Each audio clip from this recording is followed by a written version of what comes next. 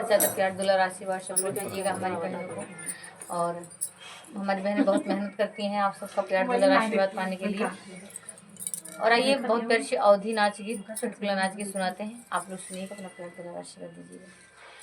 अरे गड़ी गईले गड़ी गईले गड़ी गईले हो अंगूरी बीचे कटवा गड़ी गईले हो अंगूरी बीचे कटवा गड़ी गईले हो। अरे गड़ी गईले गड़ी गईले गड़ी गईले हो अंगूरी बीचे कटवा गड़ी गईले हो अंगूरी बीचे कटवा गड़ी गईले हो।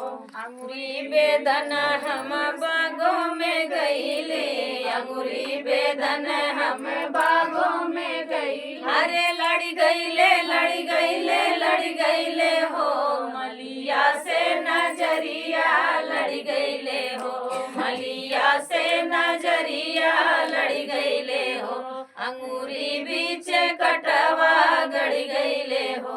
अरे गड़ी गईले गड़ी गईले गड़ी गईले हो अंगूरी बीचे कटवा गड़ी गईले हो। अंगूरी बेदन हम सड़कों पे गईले अंगूरी बेदन हम सड़कों पे गईले। लड़ी गईले लड़ी गईले लड़ी गईले हो ड्राइवर से नजरिया लड़ी गईले हो ड्राइवर से नजरिया लड़ी गईले हो अंगूरी बीचे कटवा गड़ी गईले हो।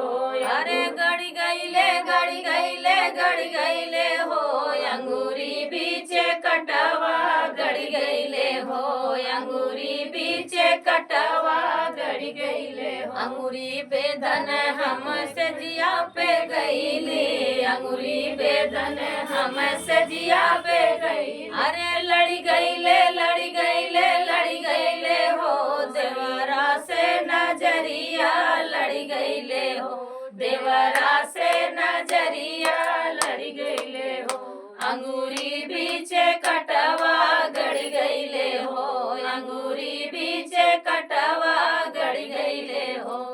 काकर गुजर के